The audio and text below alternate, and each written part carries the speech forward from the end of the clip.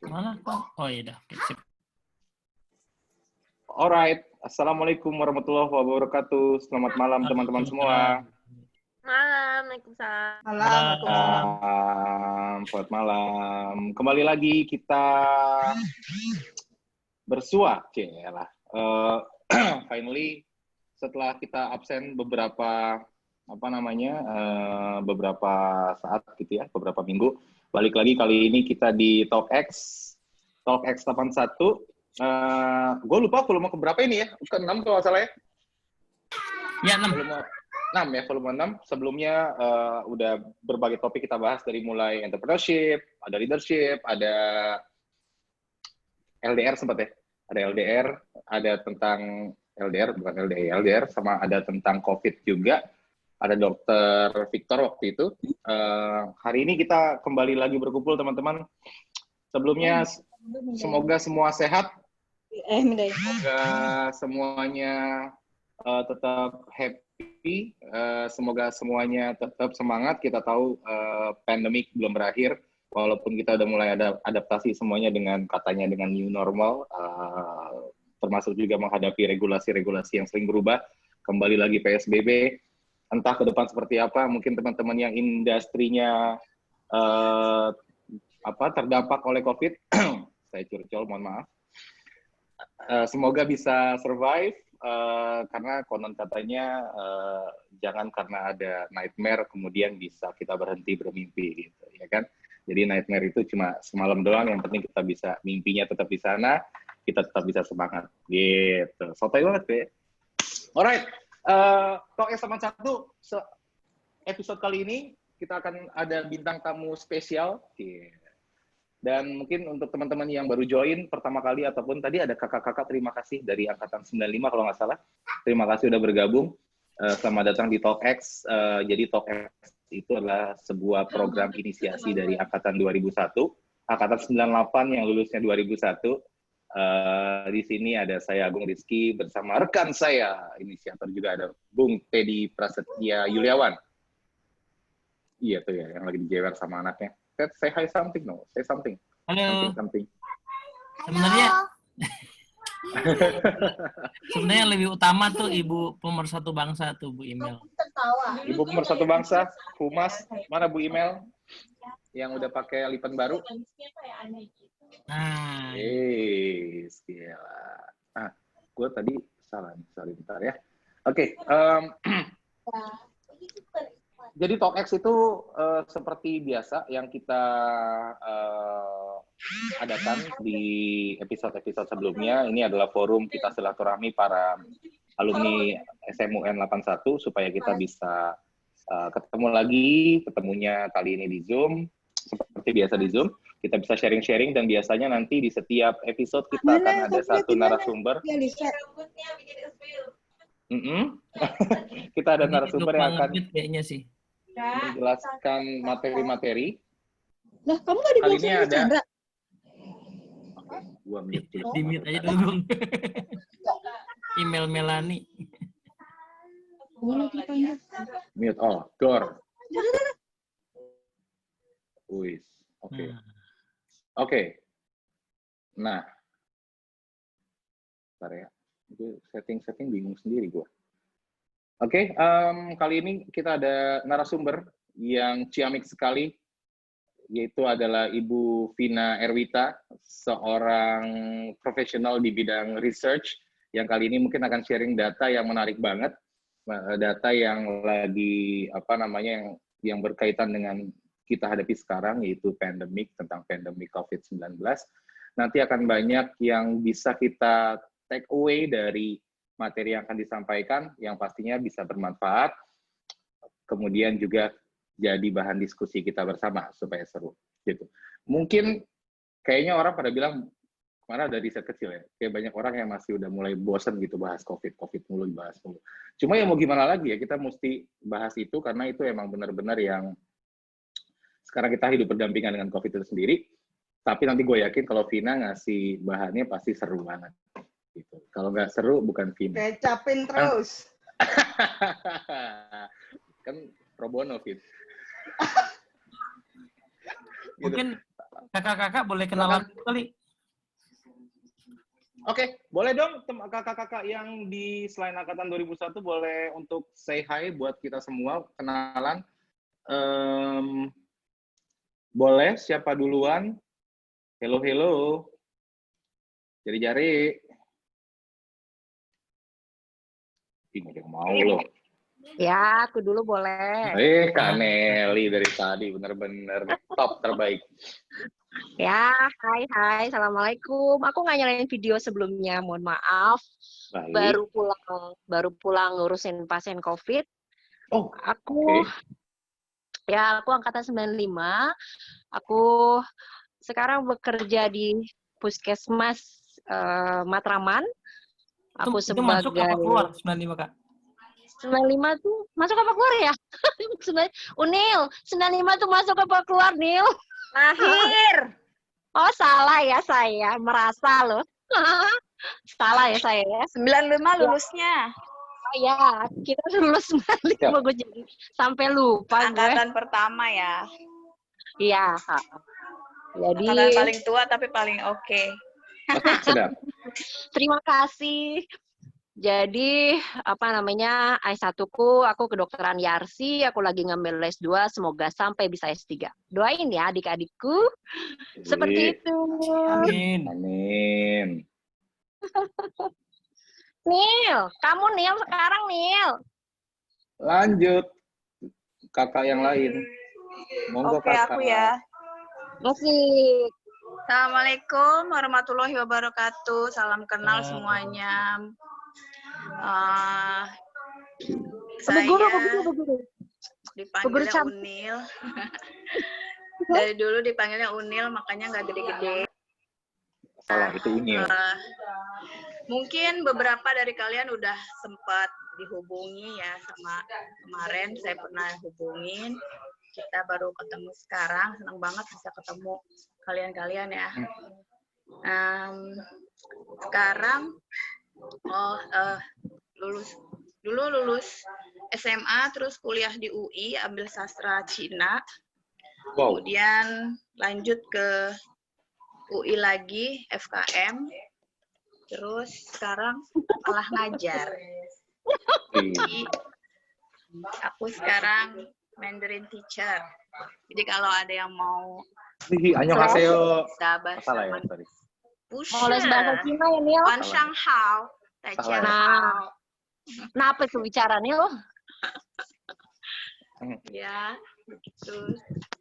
Kak, Jadi sekarang berarti kegiatannya Waini. Qian bisa ya? Waini. Qian. Apa tuh? Cuan. 喂，你的脸看见很有钱啊！ Mati loh. Nil, udah Nil, jangan ngomong bahasa Cina Nil. Terpusing. Tadi Gua ngertinya cuma cuan sama baru. Chengli doang. Cuan Chengli. Nah itu gua ngerti. Bagus deh. Yang penting Lagi cuannya ciong. Ciong. Ya udah cukup itu aja kali ya. Oh, di 95 ini di Kadasa saya sebagai PR, jadi menghubungkan kalian-kalian yang di bawah kita. Makanya kemarin nyari-nyari info siapa aja, karena kita belum dapat semuanya kan, keseluruhan itu udah ada 25 angkatan ya sebagai alumni. Jadi baru dapat beberapa yang udah tergabung di WAG kita di Kadasa, ada beberapa yang masih mungkin ada ya.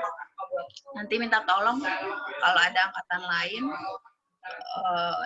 yang 2000 sini kali ya, yang banyak yang belum ada. Minta tolong nanti dikontak supaya bisa 25 angkatan bisa terjalin semuanya. Wih, mantap. Gua ada follow Instagramnya ini, weh. Ya, Instagramnya by the way yang baru ya. Wah, yang baru nggak tahu. Yang mana tuh? Maksudnya Instagram saya apa Instagram Ikadasa? Ikadasa tuh. Instagram Ikadasanya ada yang baru, ikadasa.kalimalangx. Oh, ini berarti gue yang lama nih. Kalau yang lama itu kemarin ada trouble, kita mau IG live nggak bisa, jadinya bikin yang baru. Dikadasa dok sekali dot kali Malang X. Wah ini X, ngeri kali ada X-nya. Soalnya kalau nggak pakai X nggak bisa. Jadi dipakein X. Makanya Ya. kita nyambung sama Talk X. Kemarin juga gitu, kita talk doang nggak bisa, kita tambahin X jadi Talk X. Oh. Ya udah gitu aja cukup mungkin ya, mungkin lanjut ke Kak Alin. Kak Alin ini sebagai ketua kita nyebutnya presiden. Oh siap. Ya. Itu ya semua. Selamat. Zaijian. Wih. Siap. Salam cuan. Oke, terima kasih Kak Unil. Tadi ada Kak Alin mau ada sepatah dua patah kata. Ceker sama kepiting ya Mbak? Iya, kepiting saus tiram Mbak. Hai, singkat aja, aku Rosalin, biasa dipanggil Alin, angkatan 95, lulus tahun 95, lalu aku kuliah di psikologi UI, sekarang di bidang swasta oil and gas.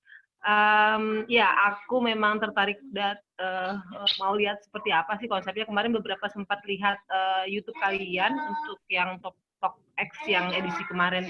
Pengen tahu aja sejauh apa, kayak apa diskusinya, dan sejauh apa yang bisa kita lakukan untuk ngejual ini ke sekolah. Itu sih pasti sih intinya gitu sih.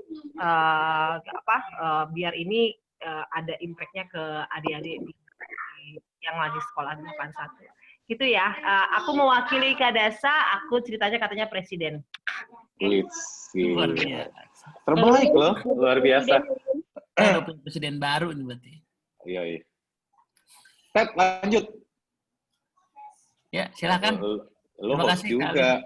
Hah? Kenapa gua mulu yang ngomong? Lo host juga. Kenapa gua mulu yang ngomong? Gantian dok. Kan lu pakai background. Oh iya. Lebih cocok, lebih layak. Oke, Oke. langsung aja ke Vina. Oke, Malam sebelum ini mulai kita ke Vina, belajar market research ya. hari ini kita akan bahas tentang sedikit riset. Mungkin sebelum kita mulai, ada beberapa do and don'ts yang kita terapkan, protokol keseruan di Talk S81. Yang pertama nanti ada hari ini ada narasumbernya, dari Vina Erwita.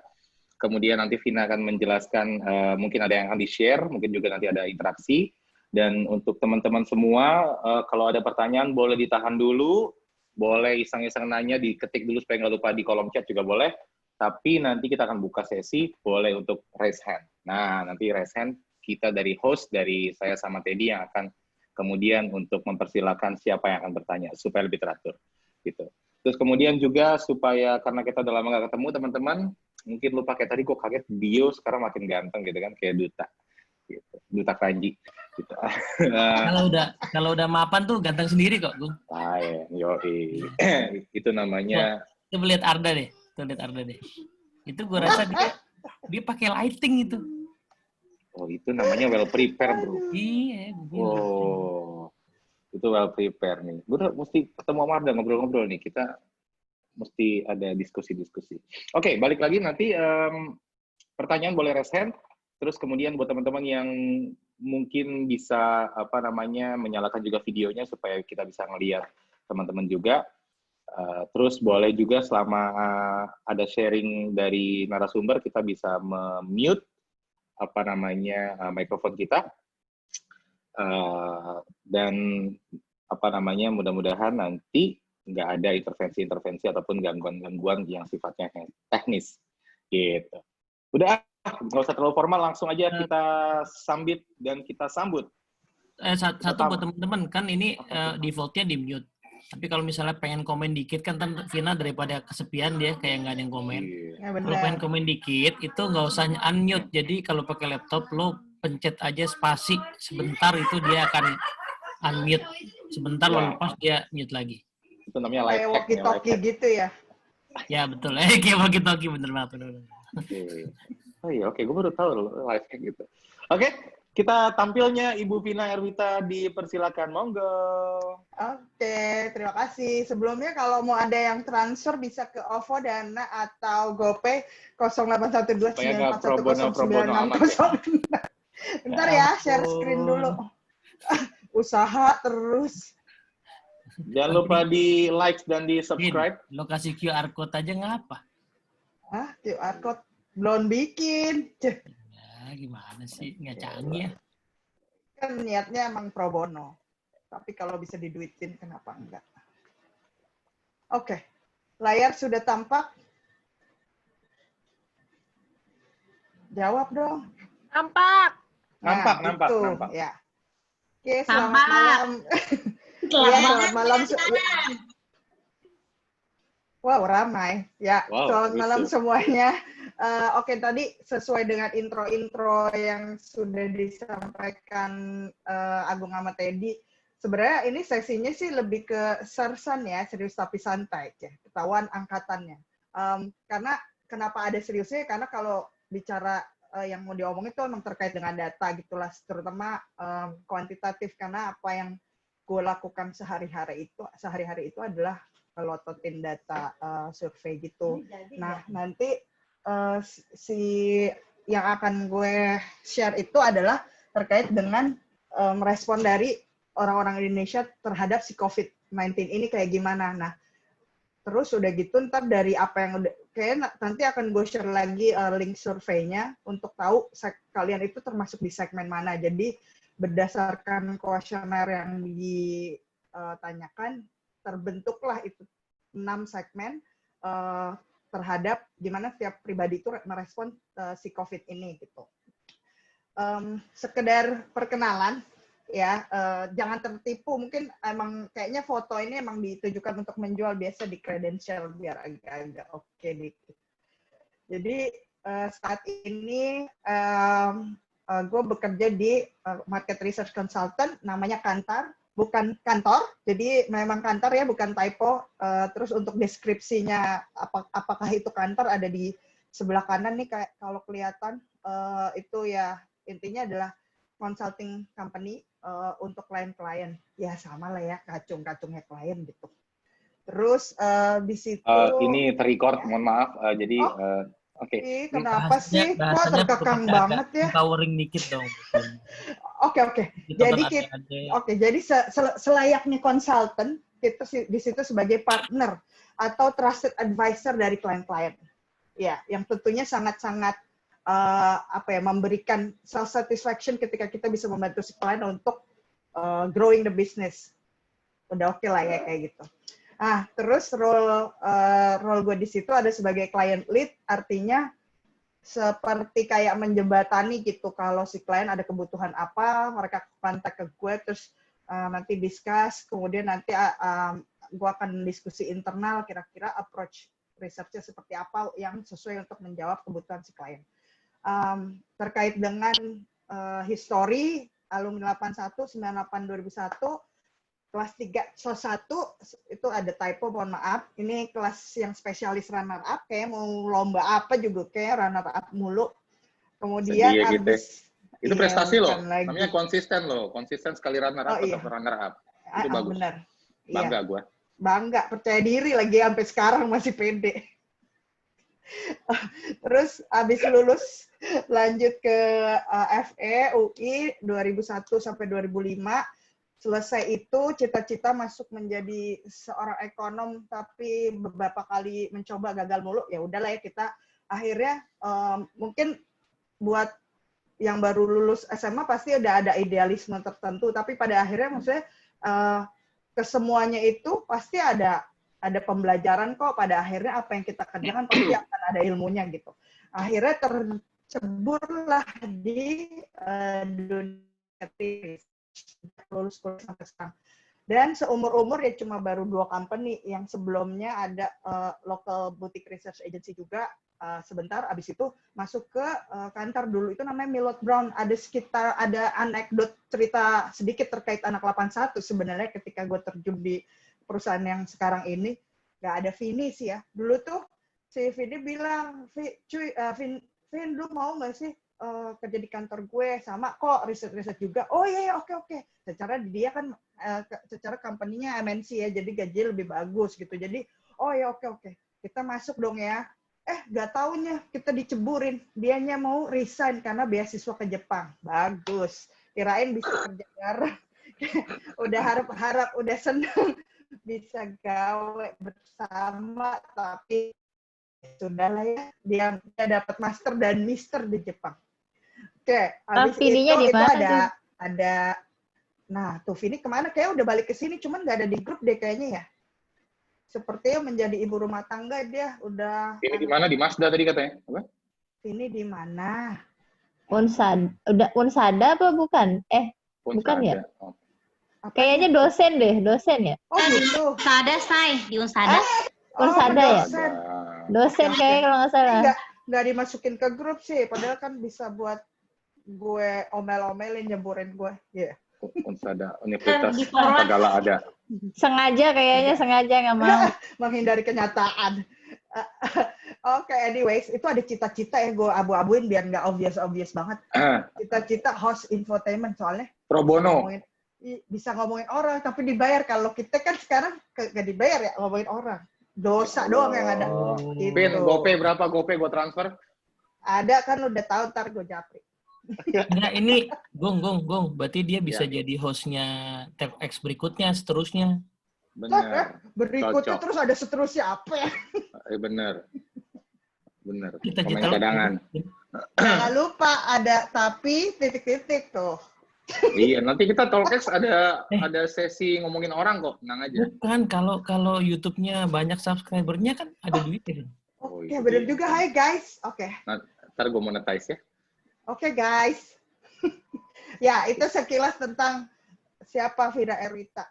Nah, terus ini juga sebenarnya sekalian mengintroduce juga sih. Mungkin banyak yang kurang paham itu dunia apa sih binatang apakah marketing research itu gitu. Terutama mungkin buat adik-adik yang di SMA atau mungkin buat kakak-kakak yang udah punya anak yang sedang mau diarahkan kira-kira jadi kerja apa sih gitu. Karena di dunia tidak hanya selebar insinyur dan dokter dan pengacara dan ya itu aja gitu. Jadi banyak pekerjaan yang bisa dieksplor. Nah, kalau terkait dengan marketing research itu adalah apa? Itu sebenarnya ya biasanya sebenarnya udah tahu sih, kayak hari-hari kita pasti suka kalau mau tes kerja ada FGD gitu kan, terus ada suka dimintain isi survei, ya kurang lebih seperti itu. Jadi sebenarnya suatu kegiatan mengumpulkan informasi, tapi untuk apa gitu. Nah, itu untuk pada akhirnya membantu dalam decision making gitu biasanya. Nah, kalau marketing research sendiri memang lebih spesifik dibanding market research ini, karena marketing terkaitnya dengan dunia marketing, dunia sales, dunia brand, dan ya terkait dengan jualan produk lah gitu. Nah, functionnya marketing research itu adalah sebagai jembatan antara si konsumen, kita ini ya, manusia sipil ini, dengan si produsen, si marketer yang punya produk, bisa berupa barang, bisa berupa jasa gitu. Jadi karena mereka kan nggak bisa tuh ngedengerin suara konsumen, ngedatengin satu-satu. Nah, disitulah role kita sebagai marketing research consultant bermain gitu. Jadi sebagai suara konsumen lah gitu. Nah, yang pada akhirnya akan membantu decision making si company itu atau klien kita. Nah, tapi kenapa perlu market research? Kenapa mesti ngebuat duit sih buat kayak gini-gini gitu? Karena pada akhirnya kan yang ketika kita memiliki uang gitu, atau kalau dalam konteks ini adalah marketing, yang punya brand, yang punya produk itu kan mau naruh duit pastinya carinya untung lah ya. How to maximize the ROI kan, return on investment. Nah, kalau kita jualan tapi terus nggak laku, lah buat apa gitu. Nah, caranya gimana sih biar itu produk kita atau jasa kita sukses di pasar? Then you should know the market, then you should know the consumer, the target audience, target marketnya siapa. Nah, itulah pentingnya untuk dapat good deep understanding tentang si konsumen. Itu kurang lebihnya seperti itu. Jadi banyak yang terjadi adalah orang-orang awam terhadap riset itu biasanya melihat in market research atau research itu sebagai expenses, padahal tidak, itu adalah sebagai investment. Pinter jualannya dia bisa. Ya, gitulah ya. Nah, ini ada quote dari Sun Tzu. mungkin tadi Kak Unil tahu kali, kenal kali Sun Tzu. Jadi yang dia bilang adalah, if you know the enemy and know yourself, you need not fear the result of 100 battles. Jadi kalau lu tahu the enemy dan lu tahu diri lu, nggak usah takut hasilnya bakal kayak apa. Nah, kalau if you know yourself but not the enemy, for every victory gain you will also suffer a defeat. Jadi kalau cuma tahu diri kita sendiri terus nggak tahu nih, wah musuh kita kayak gimana, ya bakal ada potensi untuk kita rugi atau ada something yang kita lose lah gitu. Yang terakhir, kalau if you know neither the enemy nor yourself, ya udah, you will succumb in every battle. Ya udahlah, ambiar aja gitu, karena you have no knowledge. Kurang lebih seperti itulah ya filosofinya kenapa diperlukannya ini market research. Anyways, itu untuk sedikit menginfuse tentang... Emang kalau udah 35-an tuh itu pada bijak gitu ya? Iya, karena kenal sama Sun Tzu. Iya, quote-nya beda gitu. Quote-nya bukan... Sedap nggak? Itu semacam merek sabun kayaknya Sun Tzu. Iya. Quote-nya filosof ya. Mantap ya. Bagus, jadi contekan gue. Bagus. Kita bukan nyontek deh, ATM. Amati, tiru, modifikasi. Kagak, nih mah template jualan gue rasanya. Iya emang. Ada lagi ntar kalau jualan mah. Oh, iya. Nggak perlu pakai filosofi itu. Oke. Ya, oke. Nah, balik masuk ke topik yang terkait dengan data. Ceritanya how market research atau ya research in action lah gitu ya, hasilnya seperti apa. Nah, studi yang akan di-share ini terkait namanya, salah satu tipe studi adalah segmentation. Jadi market research study itu banyak macamnya, kayak ada yang namanya segmentation. Segmentation yaitu adalah segmenting, melihat, mengkotak-kotakan, membagi-bagi berdasarkan karakteristik orang-orang. Gunanya adalah apa? Karena yang dilakukan adalah karena marketing research. Jadi klien-kliennya adalah yang terkait dengan marketer atau advertiser yang suka beriklan, atau bahkan kayak media agency atau kayak kayak publisher yang kayak Facebook dan sebagainya, itu juga bisa pakai ini. Kenapa penting untuk mengetahui segmentasi orang-orang itu? Karena ya apa yang kita komunikasikan harus disesuaikan nih, targetnya kita siapa, orang-orang yang mau kita PDKT-in itu kayak gimana, sama lah ya kayak relationship, mau PDKT pakai strategi apa gitu. Kalau doyannya stick atau kalau doyannya justru doyannya misalnya gorengan dikasih Daknet. Iya, mie ayam gitu ya, daknet aja cukup, udah nggak usah repot-repot. Ya, Jack cukup, es jeruk gitu udah selesai. Ya, jadi nah ada research lain. Lagi serius nih, dipotong mulu. Ada tipe-tipe riset lain yang juga kayak ngetes iklan sebelum dia naro di TV, yang kayak gitu-gitu. Itu juga sangat-sangat menarik. Jadi benar-benar kenapa I enjoy working di dunia ini, karena setiap saat belajar, memang ada aja yang baru gitu. Nah, balik lagi ke topik. Ini how Indonesians responding to this pandemic. Nah, ini di gambar ini ada QR code. Itu QR code loh, keren kan? Tinggal di-scan aja, nanti ada masuk ke survei yang udah kemarin gue share di grup. Pasti udah beberapa udah pada ngisi. Nah, kalau ada yang belum, silakan bisa ke link yang ada di bawah ini. Terus udah gitu, nanti akan ya dilihat aja sebenarnya berapa besarnya segmen A, B, dan C sampai F itu dalam populasi itu kayak gimana. Oke, masuk ke yang agak serius sedikit. Jadi ini intro nih, biasanya kalau cerita tentang COVID-19 di sini, kalau dari kita, gue di kantor kita collect data setiap hari, mulai dari awal tuh sekitar Maret sampai yang terakhir data reading itu sampai akhir Agustus. Kita nanya ini ke si consumer responden itu level of concern terhadap COVID. Kalau dilihat dan kita map out bareng dengan, sebentar, kita mau ngeluarin mana sih? Kok nggak ada? Ya, kok pointer nggak ada ya? Nah, anyways, ya sudahlah. Ya, pakai ini, Vin, pakai annotate ya? namanya. Ini ada. Ya. Jadi kita tanya ini yang merah itu adalah percentage orang-orang concernnya seperti apa, kemudian yang abu-abu kita plot dengan number of cases yang kita punya di publikasi lah. Nah, jadi kalau bisa Oke, lagi dilihat lihat harga sebenarnya saham, Vin. ya bisa apa juga bisa lah. Jadi sebenarnya kalau lihat trennya di akhir-akhir aja ya emang semakin meningkat karena terkait dengan si increasing number of kasusnya juga gitu. Tapi emang dasar ya orang Indonesia ketika kita social listening, kita lakukan nama social listening itu adalah kita cari nih di dunia digital itu orang-orang ngomonginnya apa gitu.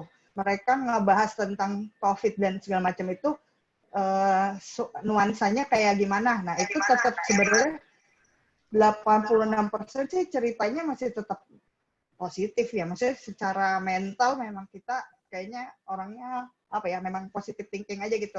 Hanya 14% yang negatif. Terus isinya tentang apa? Ya tentunya tentang semangat, terus mendukung pemerintah dan segala macamnya. Jadi walaupun memang kondisi semakin susah, tapi kita sepertinya orang Indonesia biasa ditempa dengan kesulitan dan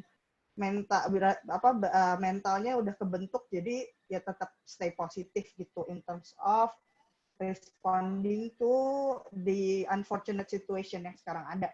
Nah jadinya sebenarnya tapi ada kan nggak 100% orang-orang juga nerimo begitu aja, sebenarnya banyak polarisasi lah gitu. Jadi kalau dilihat sebenarnya individu orang Indonesia itu ada terbentang dari sepanjang spektrum ini, dari yang level survive sampai ke thrive, benar-benar berjuang untuk surviving lah gitu. Itu cukup luas lah itunya ya, spektrum orang-orang Indonesia ketika menghadapi si COVID gitu. Nah, ini yang next-nya ini adalah kita map out nih.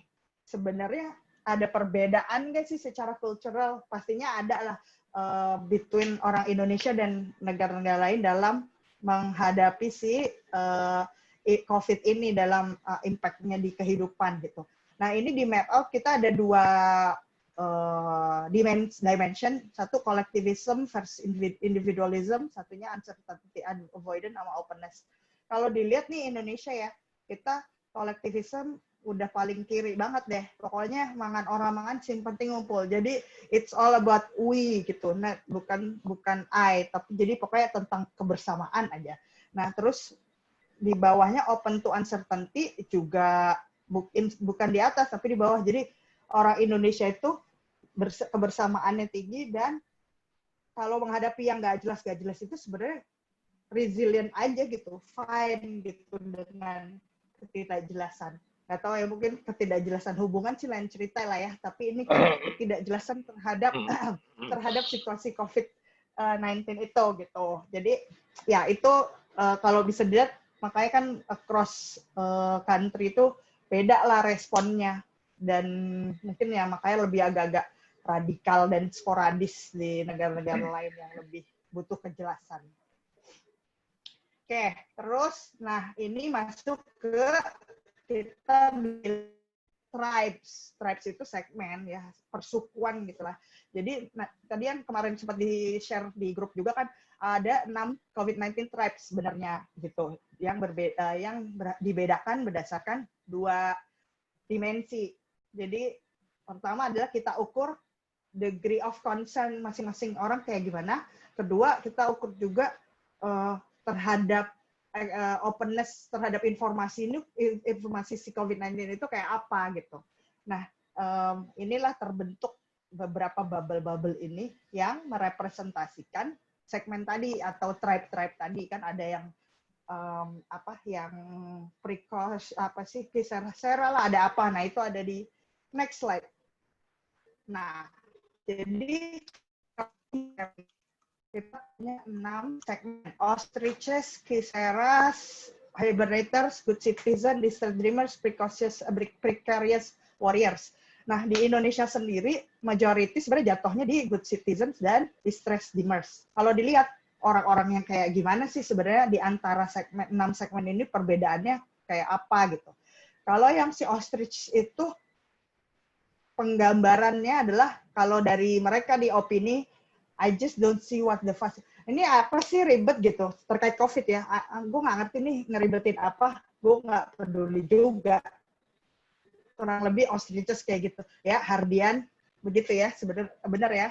Kemudian kalau Kiseras, kalau orang yang di Kiseras terhadap COVID-19, mereka kayak, chill aja udah santai gitu. Kayaknya, apa ya, peraturan apalah 3M itu kayak berlebihan deh gitu.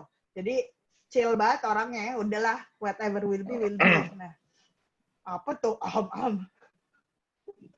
Batuk beneran, Vin. Oh ya, oke. Tadi lupa yang ostriches itu berarti mereka nggak mau diinform, nggak worry, nggak ngikutin aturan juga. Tapi terkait dengan trust terhadap pemerintah ya indifferent. Jadi ya udahlah nggak peduli gitu. Kalau Kiseras, mereka juga nggak pengen diinform, udahlah ngapain sih ribet gitu. Terus sama nggak ngikutin aturan juga. Tapi ya worry juga sebenarnya nggak bisa dibilang nggak worry. Ada sih, cuman kayak ya udahlah gitu. Hibernators itu orang-orang hibernators ini termasuk gue juga jatuhnya di hibernators. I accept the situation dan nggak perlu juga diupdate terus. Udah gue udah tahu gitu.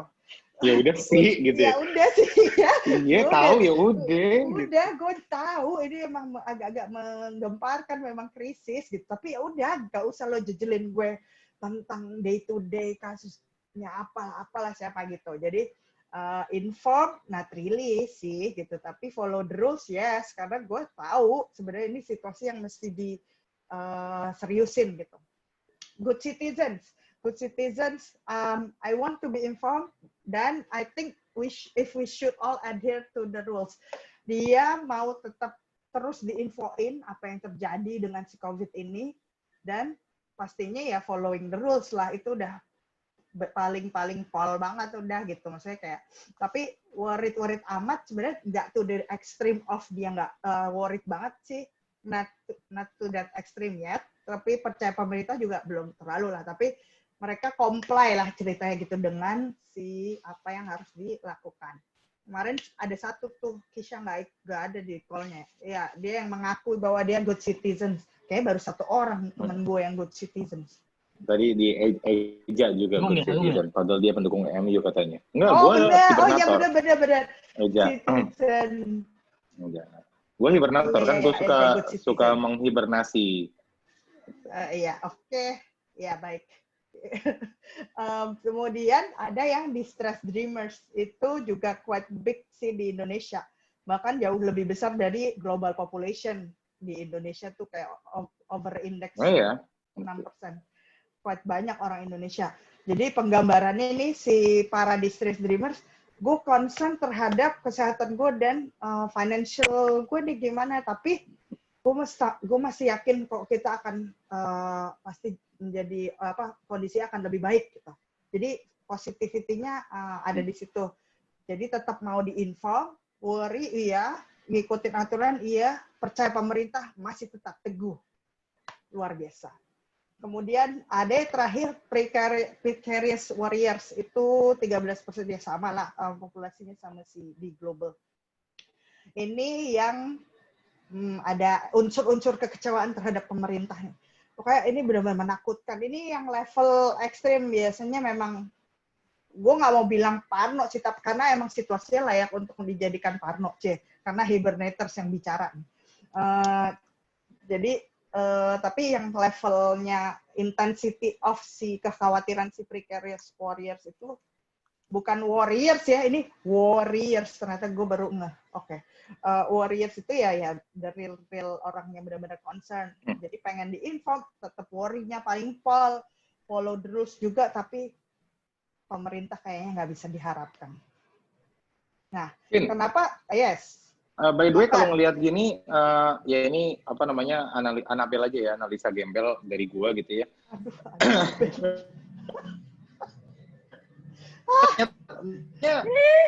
Ternyata orang Gilda.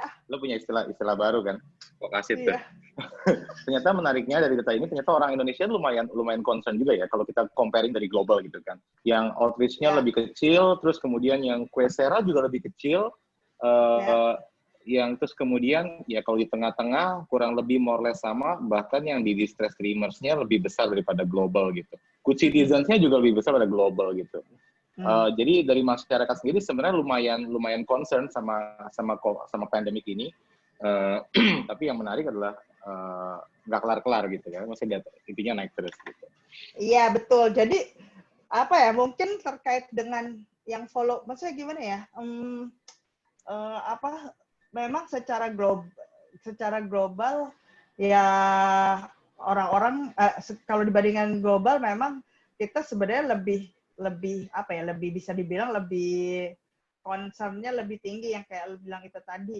Cuman kan kayak mungkin kalau dilihat lebih kepada bukan mereka nggak follow the rules sih sebenarnya, cuman kayak gimana ya, di luar dari kuasanya citizens gitu loh, si pemerintah ini yang agak-agak buat sorry kalau misalnya aku miss ya, pengen tahu dong ini respondennya dari mana aja, misalnya Indonesia you're talking about like major cities, kemudian global ini ke kemana sebenarnya? Negara mana? Ya, karena kalau sebenarnya coverage balik lagi ke sini. Kita lihat kok bagaimana memang kayak di Amerika, di kayak di Australia memang mereka ignorance-nya gede banget kan sebenarnya. Iya, kalau dari Indonesia kita nationwide tapi major city sih kebanyakan. Jadi memang lebih ke mereka karena kan kita ini sebenarnya memang spread out ke berapa puluh provinsi yang kita punya, tapi nggak sampai ke rural area lah, lebih ke makanya itu bisa menjelaskan juga kenapa obedience ke government, to rules-nya juga jauh tinggi, mungkin ya karena memang yang di cities ya, nggak. Iya. Mereka yang lebih knowledgeable, maksudnya bisa dibilang yang lebih kayak akses terhadap informasinya juga lebih mudah gitulah gitu. Jadi sementara ya terkait dengan populasi, sementara populasi orang Indonesia banyak yang masih di luar big cities juga. Jadi ya itu yang mempengaruhi kenapa masih tetap banyak aja orang yang ignorant. Iya. Ya. Nggak, cuma maksudnya kadang-kadang kan kita ya oke, data banyakkan di big cities, tapi di big cities kan kita juga melihat sering secara awam kita mikir kadang orang kita kan ignorance ya, orang kita tuh susah dibilangin, cuek banget, belaga gila dan lain sebagainya. Itu yang sering kita kasih statement quote unquote kayak meremehkan bangsa sendiri. Ternyata comparing sama global enggak loh gitu lah kalau menurut data statistik gitu kan ternyata. Iya, ya karena gini, karena tadi terkait dengan cultural, biar seignoran-ignorannya kita orang Indonesia tetap aja akan mikirin yang terdekat dari kita, karena itu tadi karena mentality yang terkait dengan kolektivisme itu. Jadi, sementara kalau di negara di belahan dunia sana kan mereka ya lebih individualistik kan, maksudnya ya terserah deh lo gitu. Kalau mereka mungkin nggak mikirin kalau dia pergi kemana, pulang ke rumah, ketemu dengan siapa, itu nggak terlalu mikirin. Sebenarnya kalau di kita pasti biar gimana juga sebenarnya ada kepikiran gitu. Jadi karena memang kita ditempa di culture yang seperti itu gitu. Ya, terus udah sih sebenarnya itu aja yang dilihat. Mungkin kalau ini tadi yang penjelasan yang ostrich-nya apa, kisera apa, yang mana udah dijelasin di depan. Next-nya sebenarnya ada sedikit implikasi aja, beberapa slide tentang new behaviors yang telah dibentuk oleh si pandemi ini, gitu. Mungkin ini mau dilanjut aja atau gimana? Lanjut aja, Vin. Monggo, nanti kalau udah selesai kita buka sesi tanya kamu. Oke. Ya, jadi kita lihat ada 6 aspek yang dilihat terkait dengan impact relationship, work, money, leadership, entertainment, dan health. Kalau secara relationship, highlight-nya adalah ya strong connection, ally, feelings of vulnerability. Ini ya ada yang nggak tahu ally siapa, karena gue juga nggak tahu. Jadi sebelum presentasi ini gue ke Google Translate dulu. Jadi ini ally itu kayak mengalahkan gitu, kayak defeating feelings of vulnerability. Pada akhirnya relationship atau strong connection itu wins gitu untuk men-tone down perasaan kita vulnerable.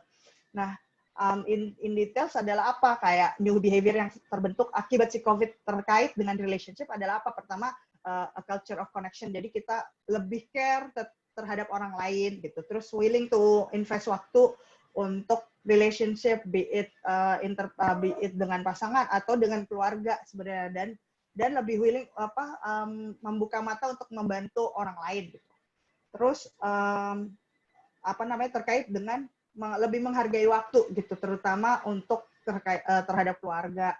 Terus yang poin ini ada curating a life, jadi bukan sekedar menjalani hidup begitu aja, tapi karena situasinya begitu kritikal, jadi membuat kita pikir kita jangan membuang waktu percuma gitu, harus make memorable moments dengan orang-orang yang terdekat dengan kita gitu. Jadi making moments more meaningful, nggak sekedar mungkin biasanya kalau sebelum pandemi ya kegiatan pagi ke kantor, lalali di kantor, terus misalkan nongkrong di mana dulu, baru pulang udah ketemu sama orang rumah ya paling cuma sebentar, dan berulang seperti itu. Nah, situasi yang sekarang ini membuat kita lebih bisa self reflect gitu, jadi untuk memanfaatkan, membuat moments yang berharga gitu.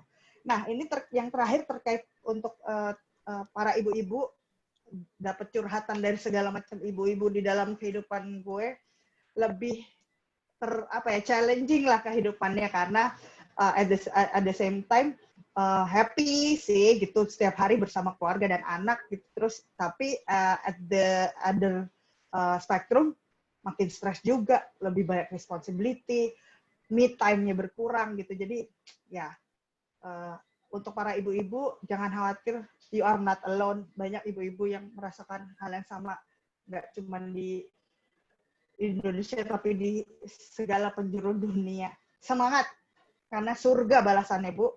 Oke. Ya, nah terkait dengan work, pekerjaan. Jadi pekerjaan tuh harus provide continuity, structure, earning dan meaning. Jadi ada juga elemen meaning di situ dan continuity. New behavior yang terbentuk adalah apa sih gara-gara si COVID ini terhadap pekerjaan? Decompression time during work, ya kayak makin dikompres aja gitu waktunya, kayak long hours dan segala macam, jadi blur gitu kapan mesti break. Terus create new boundaries between work and home, especially singles. Agak emang gimana ya, di rumah terus, laptop kebuka terus, kayak kapan makan siang, kapan sholat, kapan ini belum lagi apalah gitu segala macam. Itu emang membutuhkan kedisiplinan dari masing-masing kita untuk membuat boundaries. Kemudian membalance between creative reflection dan group interaction. Maksudnya mungkin lebih kepada untuk diri sendiri dan ketika dalam collaboration terhadap grup gitu.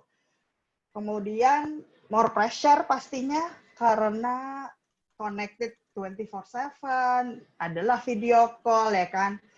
Kadang ribet lah, apalah gitu. Jadinya lebih pressure gitu. Apalagi untuk orang-orang yang nggak suka video call, tuh agak-agak nggak biasa gitu, itu membuat double pressure-nya.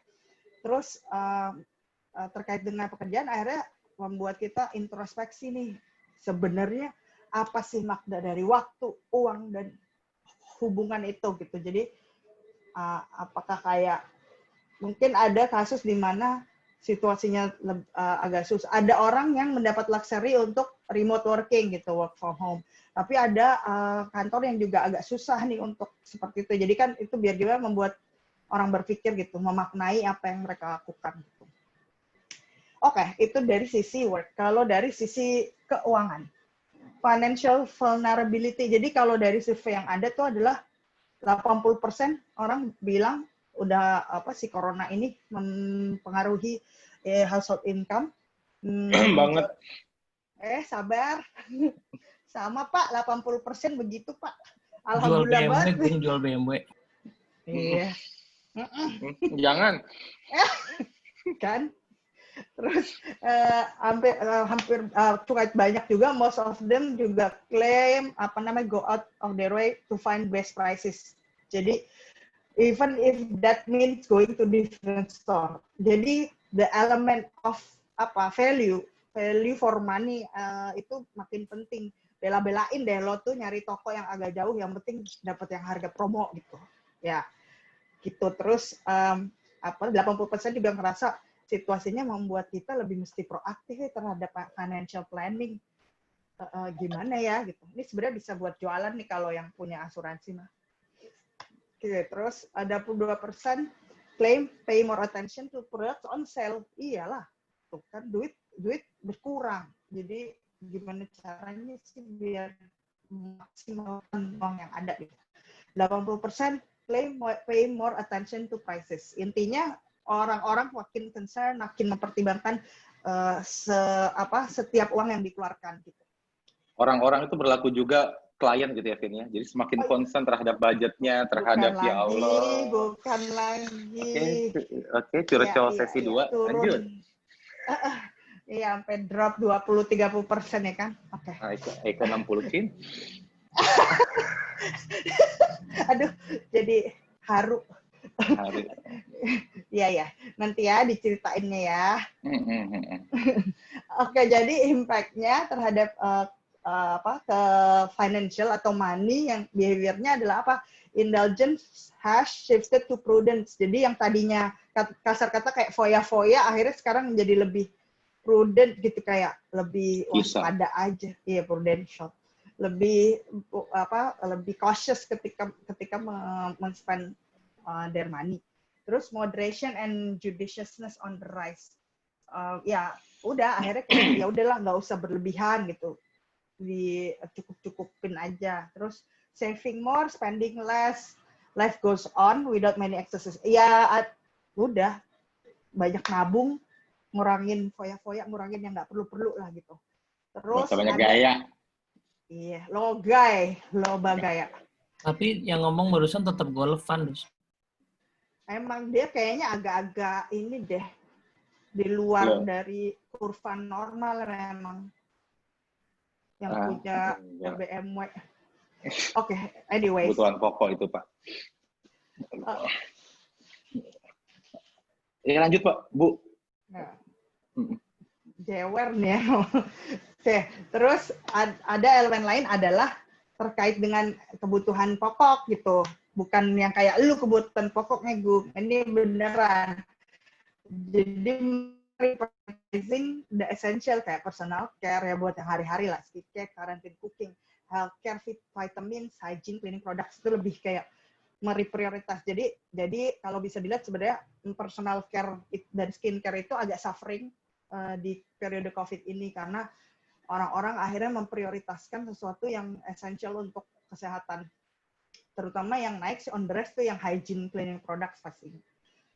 Kemudian personal financial planning jadinya karena semakin mengkhawatirkan keberadaan si emergency dana darurat itu makin diperlukan lah. Kemudian yang terakhir adalah banyak yang exploring new sources of extra money. Ya sampingan-sampingan tuh second job yang kepala keluarga misalkan udah yang hari-hari ngapain, terus mereka cari aktivitas lain, misalkan nyambi sambil jadi sharing di mana kah, kayak gitu-gitu, yang 9 to 5 work tetap tapi plus sesuatu misalnya.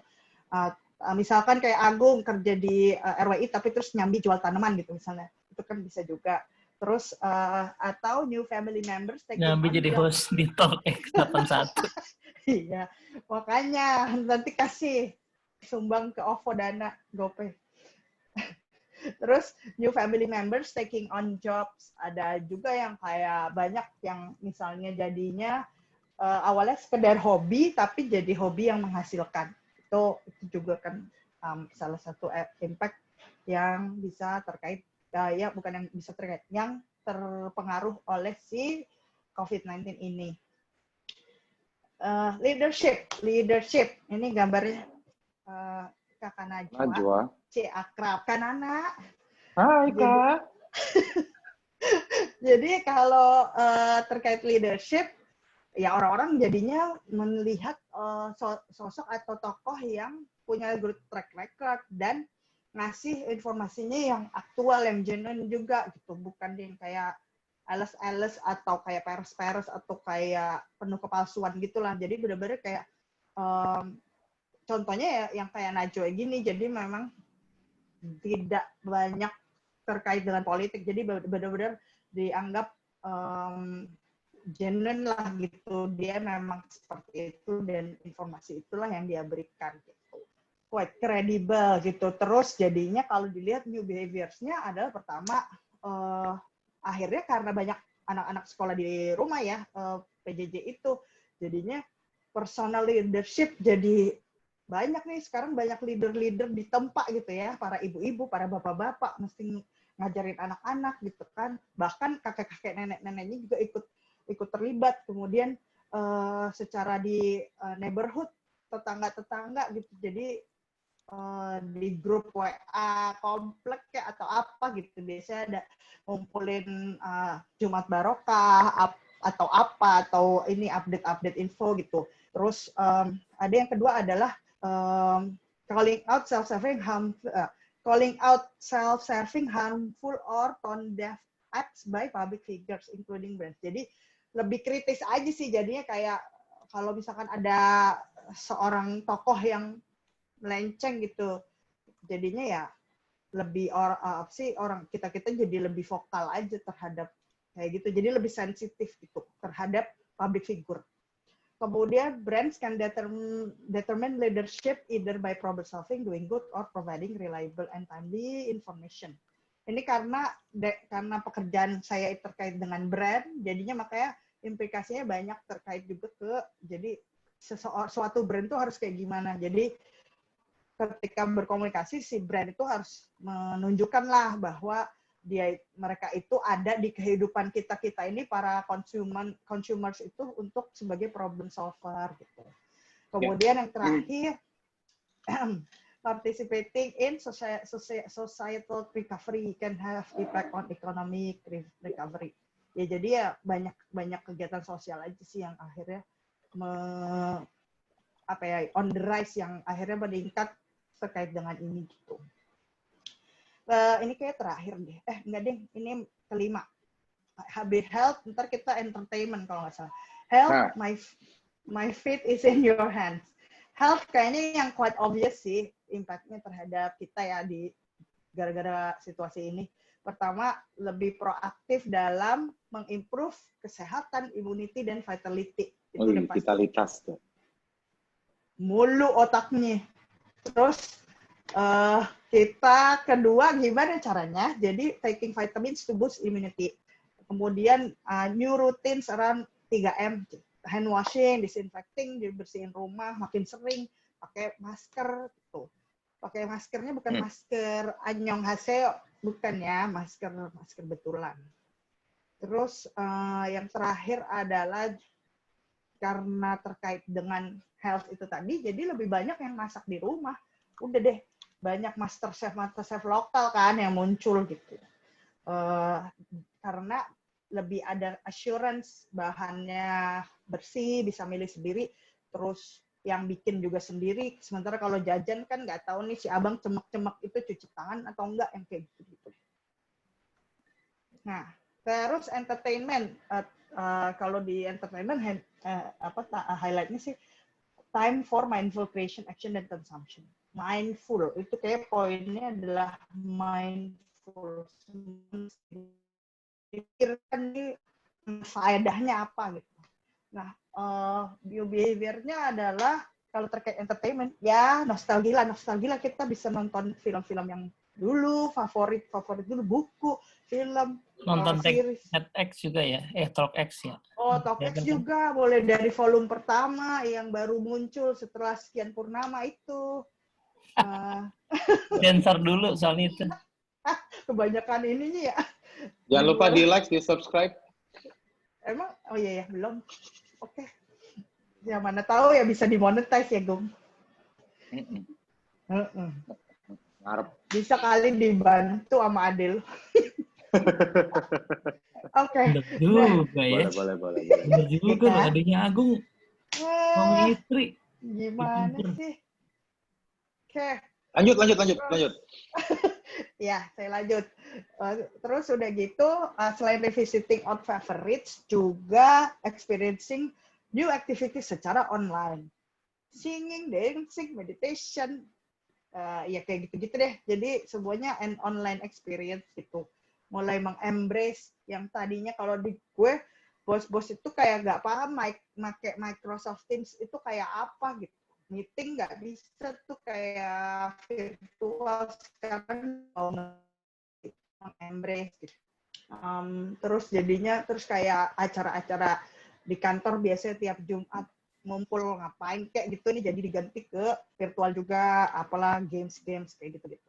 Kemudian multiplayer online gaming itu nggak cuma gaming doang, tapi ada kayak ada chatnya juga kan, jadi ada nggak mandi 2 hari 2 malam tapi nggak disconnected dari dunia luar banget gitu, tetap ada orang lain di ujung sana yang diajak bercakap-cakap. Paling nggak menandakan bahwa situ hidup gitu ya, biar kata nggak mandi 2 hari 2 malam.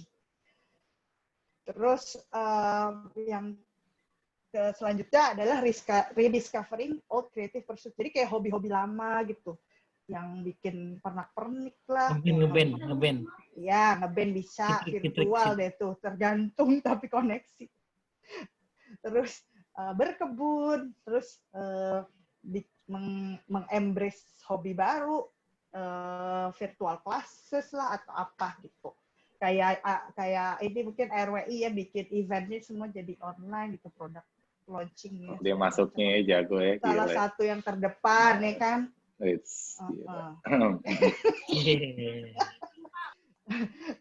Kalau Teddy juga bisa sharing gitu kan, training gitu dari online gitu. Sekarang udah nggak perlu face to face, apa juga bisa Gue udah kalau kita resmi jadi mau. YouTuber loh. Tuh kan, embracing Ya. YouTuber. Terus terakhir, planning a holiday once the pandemic is over. Ya, planning di sana planning, walaupun kita belum tahu ya kapan usai gitu.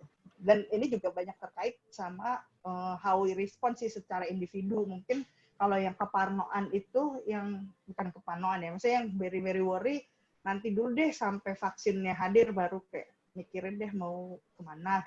Tapi ada juga yang macamnya si ostrich yang gak peduli ya. Ya udah sih mau kemana, repot banget gitu. Ya, jadi kurang lebih. Nah, itu tadi slide terakhir saya. Semoga ada faedahnya di malam minggu yang sunyi ini. Ya, jangan sunyi dong. Enggak sunyi. Tepuk tangan dulu. Nama ini dong. Terima kasih. Kita stop sharing. Oke. Terima kasih luar biasa Ibu Vina. Ted, mungkin pancingan sebelum ada yang lain bertanya, sementara belum ada yang resen. Udah. Ada pertanyaan di chat. Tadi, nah, ya lu sampaikan langsung lah. Oh iya. Dikit. Kerja dikit. Vina, ini kan nanti mungkin ada yang nonton ya. Ya. Di YouTube kita kan. Jadi, ya.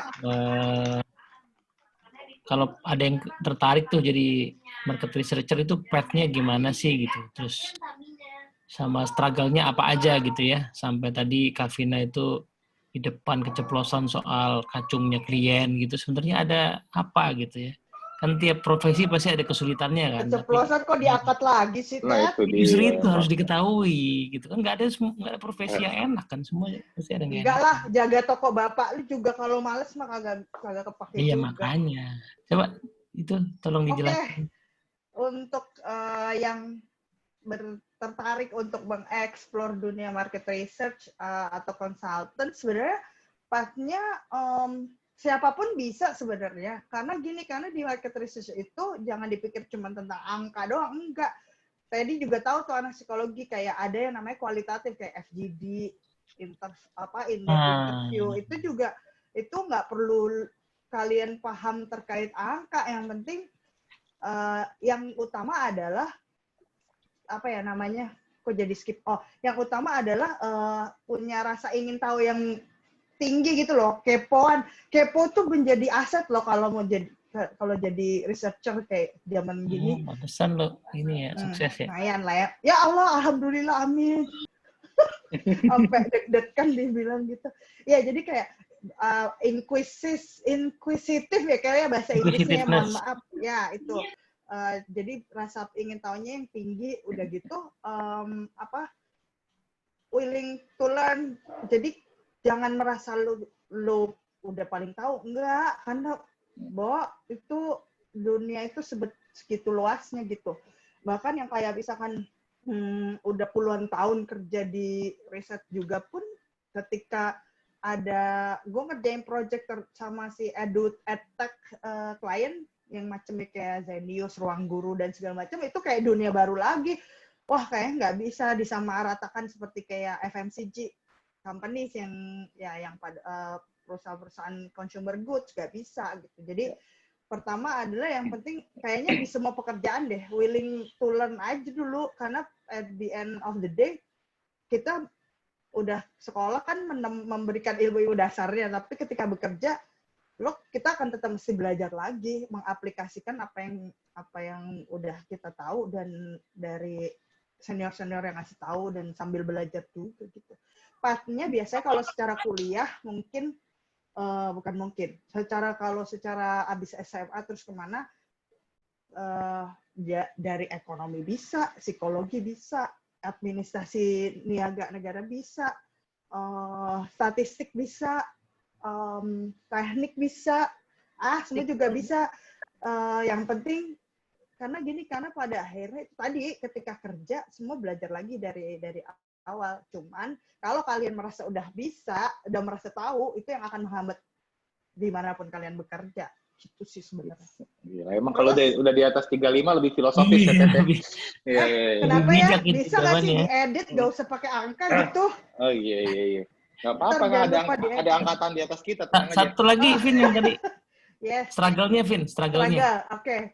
Struggle-nya adalah... Kayak siapa lu tuh? Enggak, tadi nanya mulu. Teddy maksudnya. Kata Teddy nggak ada klien kayak lu, Gun.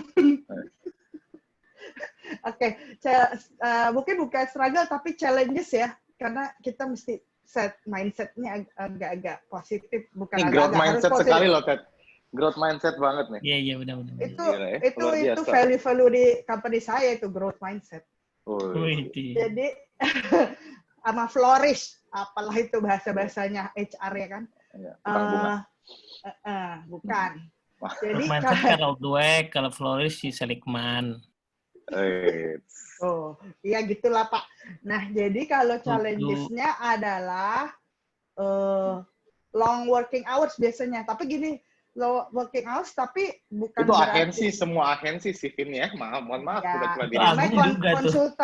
Konsultan ya kan, maksudnya gini, karena kenapa long working hours sebenarnya terkait karena kita nggak handle biasa beberapa klien, beberapa project dalam saat yang bersamaan, bukan multitasking. Yes, skill multitasking tadi juga perlu, sama project management, time management.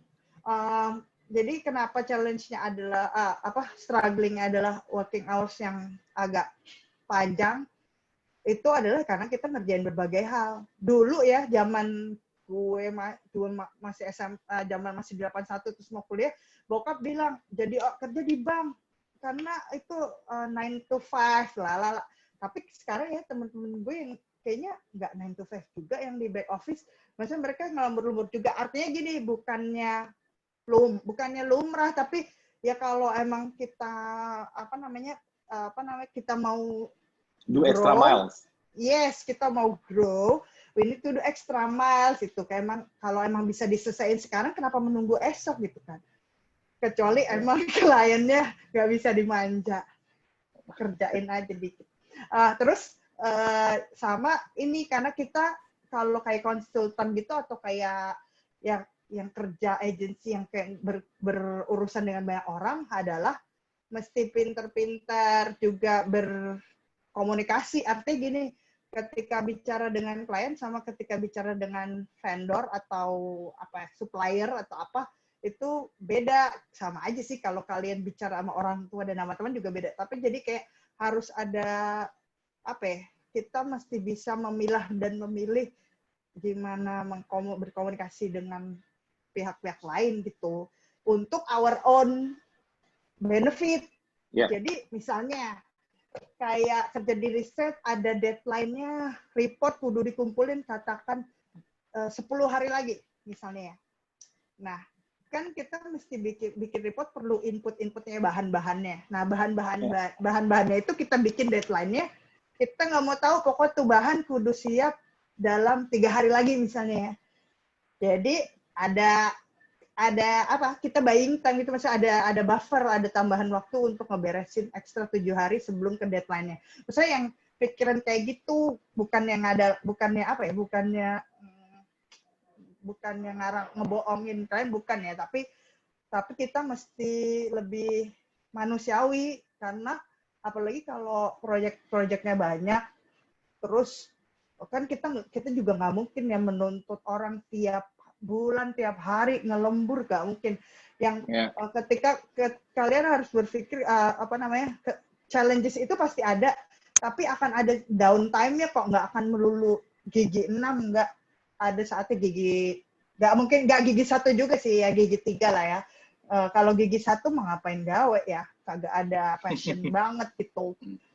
Jadi ya challenges apalagi ya, itu sih sama deadline, sama multitasking, kerja di saat yang bersamaan.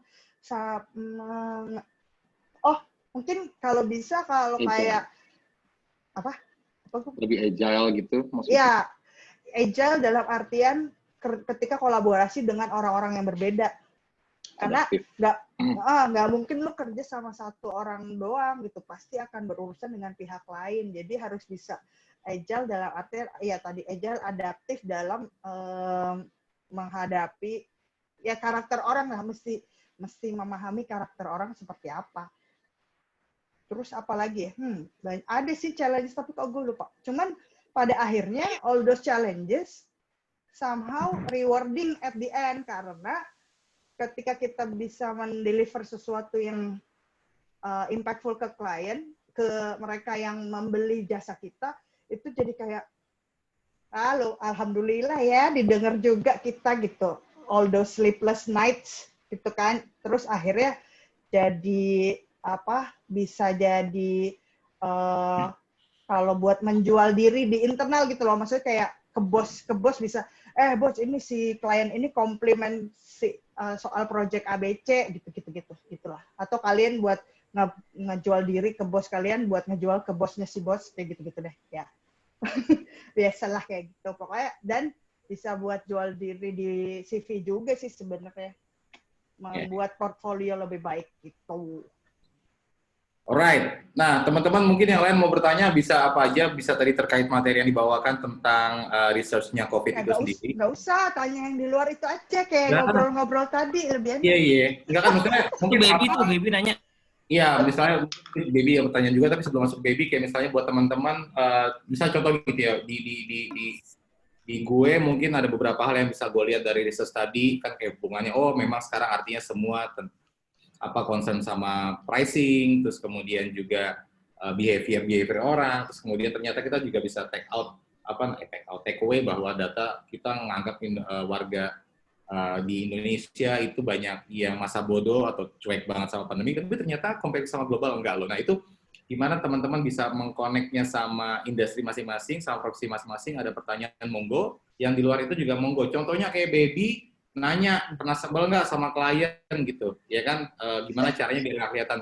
Mungkin beliau sebagai supaya procurement, iya, yang bikin suka neken harga vendor kan kok.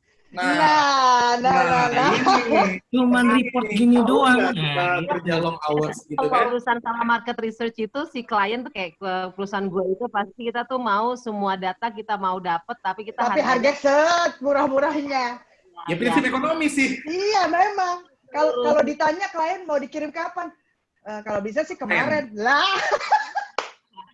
Nah, kalau udah berusaha sama market researcher, kita maunya gitu sih. Kayak kami kan memang selalu setiap tahun selalu pakai jasa market research. Kita selalu berusaha caranya supaya dapat the whole report.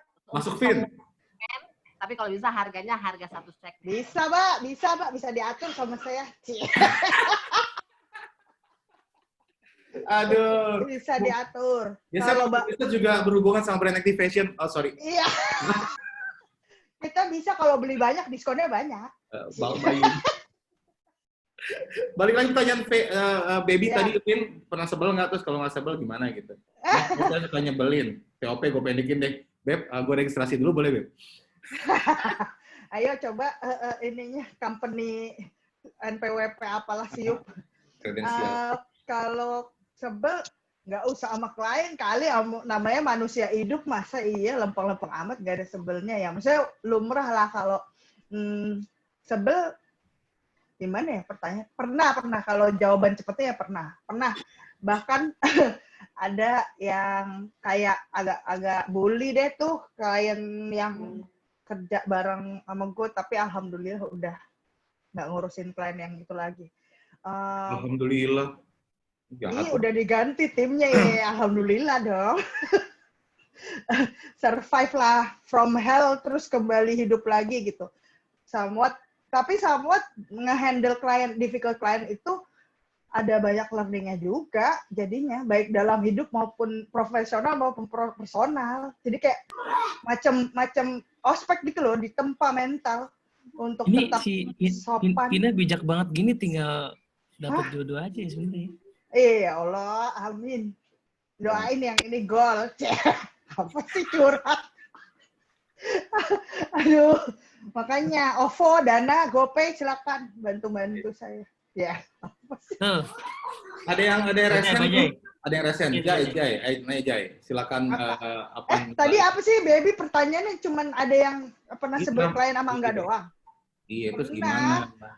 Tapi kalau spesifik procurement ya itu bener yang kata Mbak Alin, udah paling benar. Nego terus.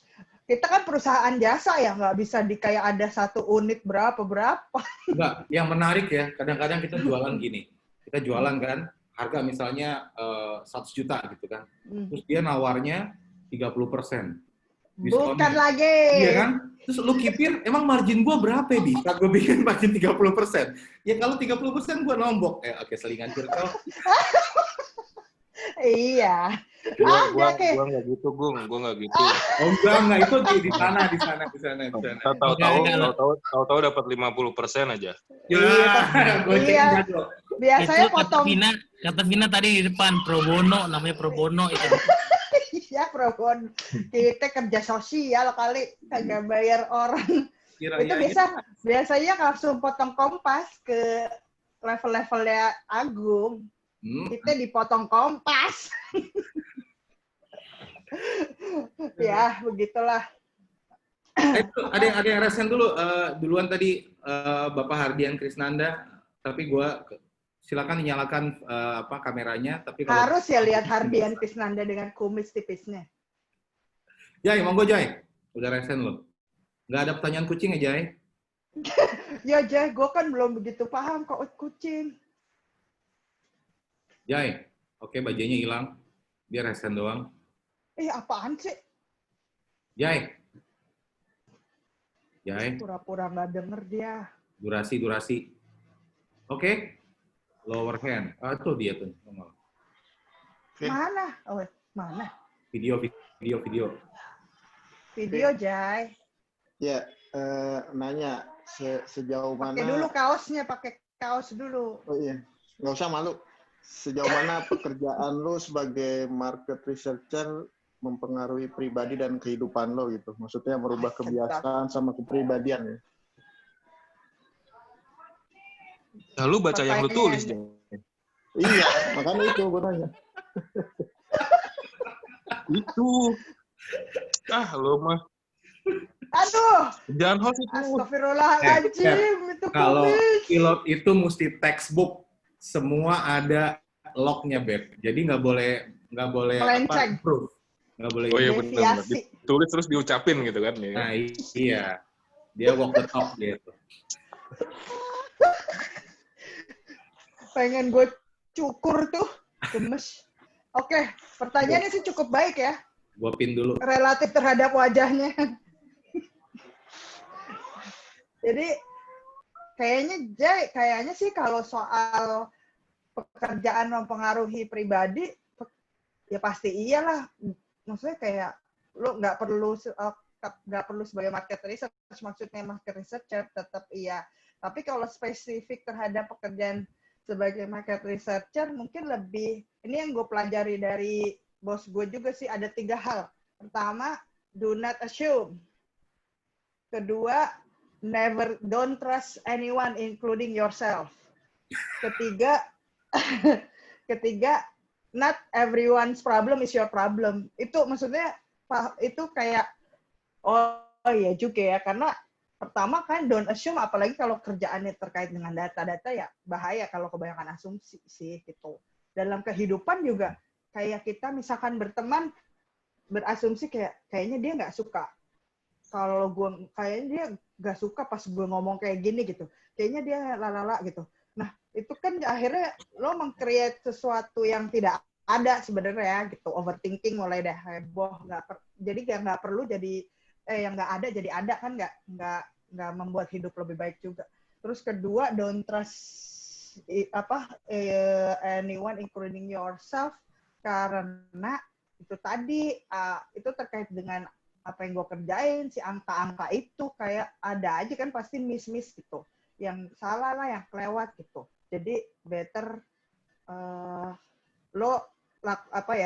better tetap dicek gitu, walaupun lo merasa kayaknya udah benar, tapi jangan berasumsi balik lagi ke atas.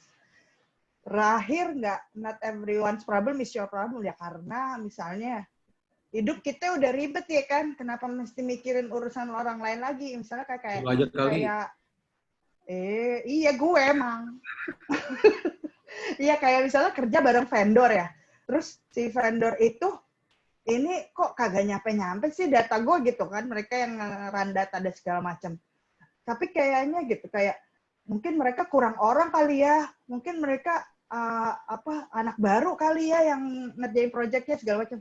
Itu kan bukan urusan kita ya, urusan dia gitu. Ya udah, kita sih stick to the commitment. Ya lo harus kirim gue kapan, nih kok nggak ada, di mana gitu pertanggungjawabannya.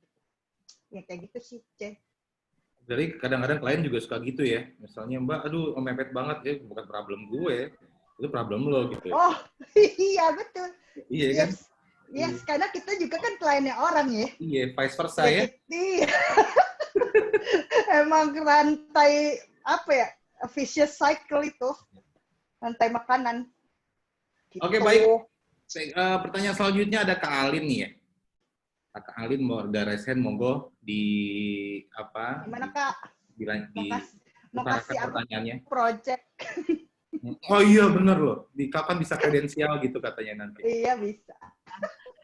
Enggak sih, Vin, mau tahu aja ini penelitian ini, informasi ini semua, ini kalian fit kemana ya? Kayak siapa yang Six Stripes ini kalian fit kemana?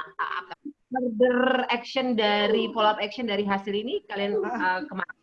Ya, karena ini inisiatifnya kan terkait dengan marketing dan brand team biasanya yang pakai. Jadi kelanjutan dari si tribe ini ada implikasinya si brand harus ngapain, terutama dalam sisi komunikasi ke si konsumen. Misalnya ngangkat topiknya yang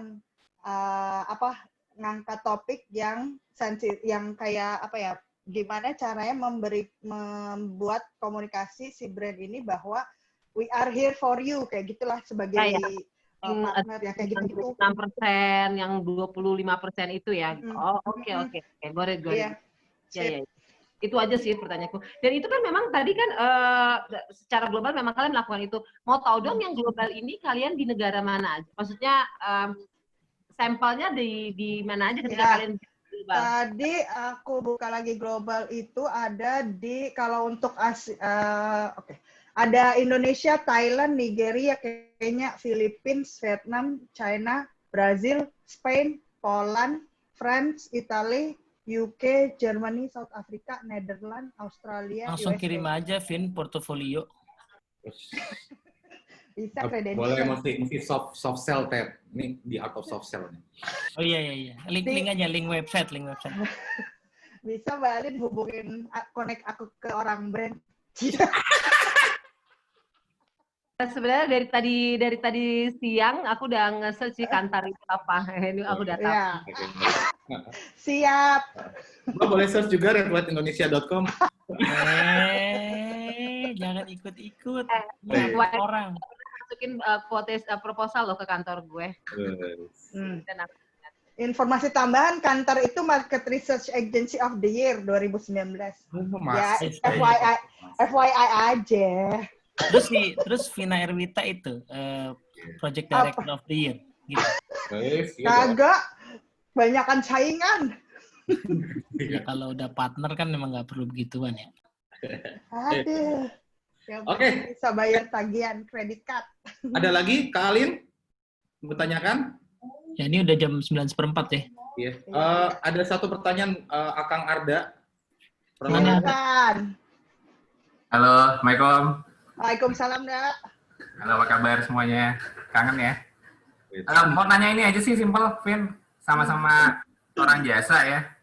Ini kena kondisi sekarang nih, metode kerjanya dari Vina sendiri di kantor atau timnya gimana ya? Apa berubah di mana ya? Kan ini kan data gathering ya, kayak kalau aku ngeliat ya, kawan di industri yang beda. Apa primary data semua atau gimana itu? Kan semakin banyak semakin baik. Ya itu, aku penasaran aja sih. Mungkin bisa di-share. Kasih. Yap. Perubahannya gara-gara COVID ini akhirnya sebenarnya kita mulai shift majority ke online survey instead of door to door. Dulu kan zaman tradisional kita masih kayak dari rumah ke rumah gitu loh, kayak apa kita punya kuesioner kemudian door to door. Bahkan FGD pun sekarang udah online, pakai Zoom gini, pakai Google Hangouts atau kayak Microsoft Teams. Jadi sebenarnya agak ironik sih, role of CTO jadinya digantikan oleh si COVID-19. Karena kita sebenarnya secara industri udah pengen banget dari dulu kayak klien, ayo kita ke online, everybody's on their mobile phones gitu loh, kayak masih aja collect data dari rumah ke rumah gitu kan, dan jadinya lebih efisien ya, lebih murah malah. FGD kan nggak perlu nyewa hotel atau gimana tuh. Iya benar, jadinya lebih kayak bisa lebih ekonomis dan waktunya juga bisa lebih cepat gitu. Tapi itu tadi lebih mengecil ya, Vin. Itu yang jadi 30% tadi, diskon 30%. Iya, betul. Jualnya terus. Sebenarnya lebih kepada volume project-nya yang berkurang sih. Kalau secara project kayak FGD tentang X gitu ya, tetap aja nilainya sebenarnya mungkin nggak jauh berkurang. Cuman volume orang yang melakukan riset, karena tadi kan snowballing ya di misal apalagi multinasional, entahlah di globalnya budgetnya di-cut, akhirnya paling enak emang motong budget market research ya, karena kan itu tadi masih di-perceive sebagai expenses instead of investment gitu. Ya udah, karena budget training duluan, Vin, yang dipotong, Vin. Ya udah sama lah kita berarti. Karena kan dari budget marketing mereka nggak mungkin ngurangin budget bikin iklan, nggak mungkin event dikena ya, karena banyak yang offline di ya jadi ya nasib. Jadi mulai diskusinya tuh bapak-bapak ibu kan tahu kondisi sekarang gitu ya, mulainya gitu ya. Klien ya. Oh iya coba, karena Kang Beb, marketing budget itu berturun berapa persen, Beb? Marketing. Terus yang di-cut apa duluan? Ini bagus loh. Marketing budget mah bilangnya di-cut mulu, nggak usah COVID. Saben tahun. Tapi by the way, kalau tadi Vina bilang kuantitinya value-nya mah sama aja gitu ya, Vin ya, tapi kuantitinya yang berkurang. Tapi yang bukan iron at the other side di gua ya, itu quantity sama loh. Jadi jumlah inquiry yang masuk ke gue per bulan kurang lebih sama, nggak terlalu signifikan. Berkurangnya gitu ya, kalau biasanya misalnya bulan ada permintaan atau ada pitching 10 gitu, ya paling sekarang berkurang jadi 9 atau 8 gitu. Tapi di gua value-nya yang jauh berkurang. value nilai per project projectnya ya, karena per projectnya. iya, karena lo nggak perlu banyak perintilan yang biasa diperlukan buat offline event kan. Gitu. Tapi ya gimana? Ya kita jalan aja. Jangan lupa www.redwhiteindonesia.com. Kenapa lu ikutan terus lagi sih? Ikut shop Teksturnya lo udah gede red white. Aduh. Arda, udah menjawab belum pertanyaan? Lagi dah, tadi pertanyaan dah. Ya, mantap, cukup, keren. Oke. Terima kasih. Kalau di Arda sendiri gimana? Ini kayaknya next-nya Arda nih kayaknya nih. Cakep, gue setuju. Kalau visual designer gitu juga bisa lo kerja di research, jadi kayak bikin itu banyak buat bikin slide kayak gitu. Kali ada anak-anak yang baru lulus gitu, atau butuh kerja, mau kerja, cari pengalaman. Kayak visual. Iya, presentation juga butuh desain kan. Jadi ada. Yes, correct. Karena konten misalnya itu lagi, paling nggak visualnya diganti, template-nya diganti udah cukup bagus jadi. Yoi, emang kita juga sering recycle materi kan, Vin, tinggal betul, ATM, amati tiru modifikasi gitu. Amati tiru plug. Oke, selanjutnya ada dari Dibio nanya tuh. Udah resign. Iya, Dibio-nya udah nggak ada. Ada deh masih. Ada Dibio. Monggo Pak Dibio. Apa, Dip? Gimana kabarnya, Vina? Sehat, Dip. Alhamdulillah. Mau nanya sedikit gitu. Ini kan menarik sekali tema mengenai marketing research. Biasanya kan kalau kita nonton berita gitu ya, untuk pengambilan sampel kan biasanya dia pakai statistik 101-nya tuh pakai strategy sampling, kemudian dan bla bla bla bla gitulah ya, biasa kan di TV lah ya. Juga bla bla bla. Sementara tadi kan kalau kita lihat gitu,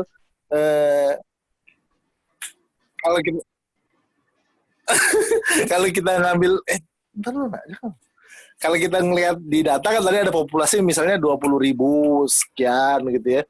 Itu apakah nanti bisa juga dilihat dari, kan apakah itu udah menggambarkan Indonesia secara Ya, mati. Ya. Apakah mungkin pertanyaan representatif gitu kali ya? Kalau gue mau nebak-nebak gitu. Sampel yang diambil apakah udah cukup bisa represent kesimpulan yang representativeness. Dip, muncul lagi tuh di bio. Ya, nanti di bio akan nonton jawabannya di YouTube, Vin, silakan dijawab.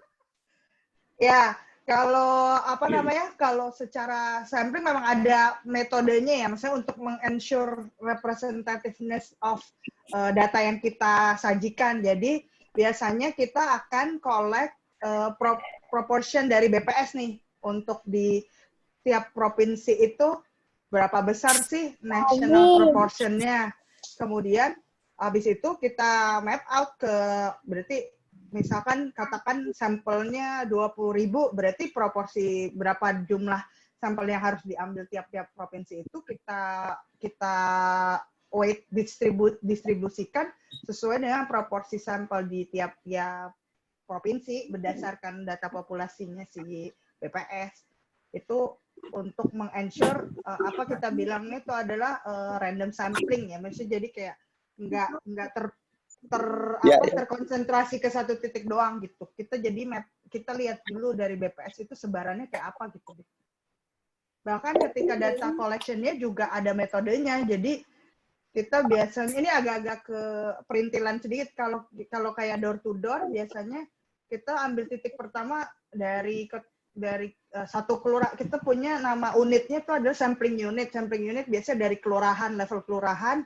Katakan nomor 1 itu adalah si ketua dari tiap-tiap rumah RT atau RW, gue lupa, pokoknya itu nomor 1. Terus ada dikasih kok gue jadi lupa, ada jedanya gitu loh. Jadi rumah 1, 2, 3, terus baru 4, itu 2 di dalam, istilahnya kayak gitu. Jadi rumah 1, 4, 7 kayak gitu, ada interval untuk pinter bener itu interval maksud gua. Anak SOS 1 jangan lupa pinter pasti. Matematika dasar. Iya, Madas pasti juara 2. Runner up ya, spesialis. Itu Dit. Cuman kalau dari gue karena gue lebih ke marketing research ya, jadi nggak urusan sama kayak social research itu polling itu gue juga kayak agak nggak tahu deh kalau lembaga pollingnya agak kurang kredibel, agak yang jelas kayak untuk survei percaya agak sulit untuk percaya ketika itu diwakili oleh certain, kalau bisa bicara politik ya, certain orang atau certain partai. Jadi biasanya kalau survei percayakanlah kepada institusi yang netral gitu. Supaya tidak ditunggangi atau ada pesan sponsor. Bagaikan gitu ya. tentara apa? Nikah ya. Apalagi cuma pakai menti. Sekutu. Apalagi cuma pakai menti doang ya. Iya, aduh. Menti pakai kahut ya. Survei monkey. Terus kan biasanya kalau marketing research itu kan apa ya, ketika menghadapi klien gitu ya kan selalu ada apa ya, sebagai bentuk kerendah hatian dari ilmu pengetahuan itu kan ada yang namanya, kalau bahasanya orang sales itu ada, atau orang geografi bilangnya terra incognito gitu kan, daerah yang belum terpetakan, yang belum terjamah gitu. Maksudnya kira-kira gini loh, kliennya kagak ngerti, lu nya juga nggak ngerti gitu kalau bahasa lainnya. Kira-kira ketika lo menghadapi situasi kayak gitu gimana sih ketika ngadepin klien? Kliennya nggak ngerti apa yang diomongin maksudnya? Hah? Apa? Enggak, jadi kan gini, ketika ada satu kesimpulan ya kan, kemudian ada satu modeling gitu kan, kan itu ada biasanya ada tanya jawab segala macam, kemudian berkembang ya kan. Si kliennya juga pengen tahu lebih banyak, tapi kan perusahaan juga kan pasti datanya juga terbatas kan. Itu gimana penyikapan lu ketika ngadepin yang model-model klien kayak gitu tuh? Ya, penyikapinya ya sebenarnya kalau dari sisi gue sih dilihat dulu sih sebenarnya skopnya si study itu seperti apa. Artinya gini, harus disadari bahwa satu project tidak bisa menjawab semua pertanyaan yang ada gitu. Jadi kalau kayak gue sih, kalau emang nggak tahu ya bilang nggak tahu, tapi kita bisa kasih kayak apa ya, ada sotoynya ya, tetap ada sotoy, paling nggak kayak untuk nge-close conversation-nya aja misalkan, atau misalkan kayak ya kalau dari sepengetahuan kita sih adalah ABC gitu. Mungkin untuk nanti I'll get back to you with the details, lalala gitu deh, pokoknya kayak itu magic word banget ya. I will get back to you. Iya, tapi I will get back to you untuk revalidate apakah opini saya benar atau enggak, Cie. Kan ada rendah hati sedikit, gak sotoy tapi kagak mau dibilang sotoy tetap gitu. Yang penting ngomongnya yakin pada saat itu. Jadi kelihatannya pede aja udah. Kan dia kagak ngerti. Bukannya kalau nggak kejawab lo langsung kirim proposal baru. Oh iya, itu bisa juga. Oh mungkin bisa kalau untuk menjawab seperti itu. Upscaling. Skopnya akan di studi yang lain gitu, bisa. Misalkan apa ya, bisa. Tapi kalau menghadapi, pernah nggak sih Vin, kayak misalnya lo summarize semua data gitu dan bikin kesimpulan gitu, dan kemudian ada klien yang gua nggak percaya sama riset lo, ini nggak mungkin nih kayak gini. Mas ada, nggak sampai kayak gitu sih Gum. Biasanya kalau gue sebelum presentasi sama klien ada pre-read dulu. Jadi apakah entah kalau emang ada orang risetnya, kita pre-read sama si orang riset, atau kayak sama si brand team. Maksudnya ya jadi kayak untuk mengakomodir yang ngeselin kayak gitu, komen-komen nggak perlu gitu. Lah kalau kagak percaya kenapa situ bayar ya kan? Ya mungkin nggak ya, tapi pernah kejadian nggak sih yang denial sama gitu? Jadi misalnya let's say ada ya, jadi misalnya usernya atau bosnya, enggak sih gue yakin kayaknya nggak kayak gini, tapi kok datanya gini ya gitu kan? Iya ada, ya bisa aja kayak gitu. Tapi biasanya kalau kayak gitu, oke, kita lihat dulu nih data, misalnya yang paling umum kalau di gue adalah market share versus versus dari data gue adalah dari consumer. Itu beda ya kan, market share dari retail ya, dari toko-tokonya. Ini gue survei kan ke orang-orang si konsumennya gitu. Jadi emang dua hal yang berbeda. Kadang biasanya dari study scope-nya itu bisa mempengaruhi perbedaan di antara dua hal. Walaupun sebenarnya kalau beda ya nggak apa-apa juga, nggak emang that's the reality. Mungkin jualan lo bagus, tapi di konsumen ya nggak segitunya gitu. Mungkin bagus karena promo lo banyak price discount kayak gitu-gitu deh.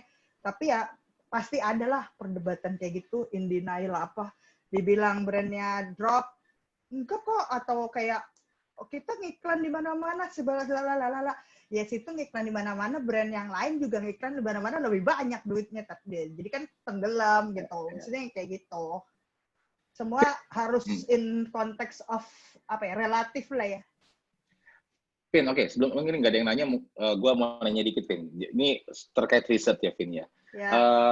Kalau sekarang, let's say orang marketing budget invest gitu di digital gitu kan, itu kan datanya valid, bukan valid. Maksudnya datanya langsung kelihatan kan, berapa impressionnya, segala macam gitu kan. Kelihatan lah ya semua, jadi ngitung ROI juga bisa lebih gampang. Nah, kalau zaman dulu yang gue masih penasaran adalah gimana cara ngitung rating yang sebenarnya, Vin? Rating itu bukan bagian gue sih. Rating itu di dunia rating, Indonesia specifically itu monopolinya si punyanya Nielsen. Nielsen Nielsen rating. Tapi how do mereka ngelakuin gimana? Naruh alat di rumah-rumah. Alat ngukur rating gitu. Kayak ya ke TV-nya gitu. Kayak gitu, sebatas itu sih yang gue tahu. Dari situ baru deh. Dan itu beneran? Wallahu alam. Enggak, maksudnya sekarang gini, di antara kita semua pernah nggak ada yang pernah ada temannya cerita, di rumah gue TV gue dipasangin alat pengontrol lo gitu, ada nggak sih? Gue sih nggak pernah ya sesungguhnya iya. Iya, makanya gue juga curious kan, nih rating dari mana ngitungnya ya gitu kan. Tapi emang lewat decoder. Nah kan kayak ada decoder gitu. Tapi nggak tahu deh nyata tidaknya. Nah itu memang tapi itu jadi perdebatan di industri sih. Maksudnya how legit sih sebenarnya gitu. Nah sulitnya kalau monopoli kan gitu ya. Kita protes tapi ada nggak yang bisa membuat itu jadi lebih baik gitu. Itu market research nomor 1 itu lagi turun performance-nya betul. Dia disebut lagi. Enggak, lu yang nyebut. Ada pertanyaan Bapak Dio, monggo Bapak Dio silakan. Halo. Sorry nih kalau pertanyaannya basic dan mungkin bego kali ya. Enggak apa-apa, jangan gitu. Setiap ilmu itu tetap ilmu, Luar biasa. Kan tadi filosofis lagi gitu luar biasa. Kan tadi lu cerita soal sebelum lu ngelakuin research lu ada pre-read dulu, terus apa kayak dikondisikan gitu kali ya. Terus itu misalnya kalau kita ngomong statistik, ya gue bego sih statistik. Jadi misalnya kayak kalau misalnya gue punya prior gitu kan berarti kan somehow ketika lo kondisikan lo punya prior, terus itu nanti mempengaruhi sample size-nya gimana ya? Maksudnya apa emang ada relation-nya atau emang kalau di statistik tuh ada formal mechanism gitu untuk menghubungkan antara prior. Prior apa sih, Dio? Gue aja kagak tahu prior apa. Apa ya itu? Ya tadi asumsi. Maksudnya kayak asumsi atau prekondisi yang lo lakuin, kesepakatan sama kayak misalnya hasilnya tuh mungkin dari A sampai B, nggak mungkin C gitu. Itu kan kayak prior kayak asumsi awal gitu. Terus nah itu bisa nentuin sample size gak sih? Terus biasanya ke hasil akhirnya tuh kayak gimana ya, ke posterior. Iya. Pastinya ini kan mungkin yang tadi yang pre-read gue cerita itu kalau udah mau reporting biasanya, jadi udah mau tinggal, jadi udah dapat hasilnya terus kita pre-read sama si klien, maksudnya alignment findings-nya matching nggak atau ada yang mesti di explore lagi atau enggak. Tapi kalau terkait si penentuan sampel pastinya harus ada asumsi. Salah satunya misalnya contoh simpelnya adalah coverage-nya nih. Kita mau seberapa luas, 3 kota, 1 kota Jabodetabek doang kah, atau 3 kota, atau 5 kota. Nah, biasanya dilihat lagi bisnisnya si klien, source of business-nya gedenya di mana sih, terus kalau dia misalkan ada kebutuhan mau ekspansi ke non Java gitu misalnya, berarti kan penting untuk mengcapture performance dia di luar Jawa kan. Nah itu juga take into account. Besarnya sampel dipengaruhi juga kayak besar coverage-nya lu seberapa luas, karena kan nggak mungkin ya kita misalkan 5 kota tapi kayak satu kota cuman kayak 10-15 gitu ya, nggak ngaruh. Nah itu yang kayak gitu kalau untuk bicara ke harga project juga ngaruh. Jadi kayak semakin banyak city yang mau lo cover, berarti kan implikasinya lebih banyak jumlah sampel yang mesti diambil. Jadinya karena kalau project research gitu, consumer research yang kayak gue lakuin ini banyak berkaitannya ke berapa banyak jumlah orang yang harus kita interview gitu. Karena si orang lapangan kalau tradisional yang door to door interview itu si orang lapangan dibayar berdasarkan berapa interview yang sukses gitu. Jadi ya kurang lebih kayak bisnis modelnya begitu deh. Kalau penentuan sampel ya dipengaruhi oleh itu tadi, si klien itu mau meng-capture seberapa luas scope-nya. Oke. Yep. Terima kasih. Udah, Dio? Cukup? Terima kasih banyak. Thank you. Oke, teman-teman, mungkin berwibawa gitu ya, Dio ya? Oh iya dong. Di bawah, di atas gitu. Apa sih Oke. Mungkin ada lagi sebelum kita tinggal rombongan. Udah tuh, udah bubar, udah pada bobo. Mulut Eka juga udah asam. Wah, pengen ngerokok kan? Alright, teman-teman, udah cukup larut jam 21.36 sekarang. Kalau nggak ada pertanyaan lagi, mungkin Vina boleh kasih ada closing statement atau apa gitu terakhir? Sama sekalian milih Vin pembicara berikutnya siapa? Oh gitu, ya Allah ditambah di tempat banget. Nanti saya contemplate dulu kalau pembicara selanjutnya. Itu Arda langsung nutup kamera. Wah, udah berarti udah ketahuan udah. Okay. Langsung bungkus. Arda sama Dio. Iya, udah cus. Ada Vin terakhir yang mau disampaikan? Closing statement mungkin ini lebih kepada buat adik-adik yang masih di SMA kali ya. Untuk misalkan kalian memutuskan untuk berkarir di mana, open minded aja bahwa sesungguhnya banyak profesi di luar sana yang juga menjanjikan gitulah. Maksudnya ada growth secara personal dan profesional juga, salah satunya di dunia market research. Dan berbicara tentang research doesn't mean harus selalu scientific juga gitu. Kalau kalian suka ngobrol dan suka mengeksplor consumer behavior, nggak perlu tahu-tahu amat tentang statistik, itu selalu ada jalurnya gitu. Jadi semoga sharing ini bermanfaat untuk kalian ketika nanti lulus SMA, terus kuliah, terus bekerja. Terima kasih.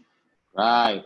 Oke, kita boleh kasih aplaus dulu buat narasumber kita malam ini, teman-teman. Terima kasih semua. Gila, luar biasa. Mau sampai malam. Oke, Teddy ada yang mau disampaikan?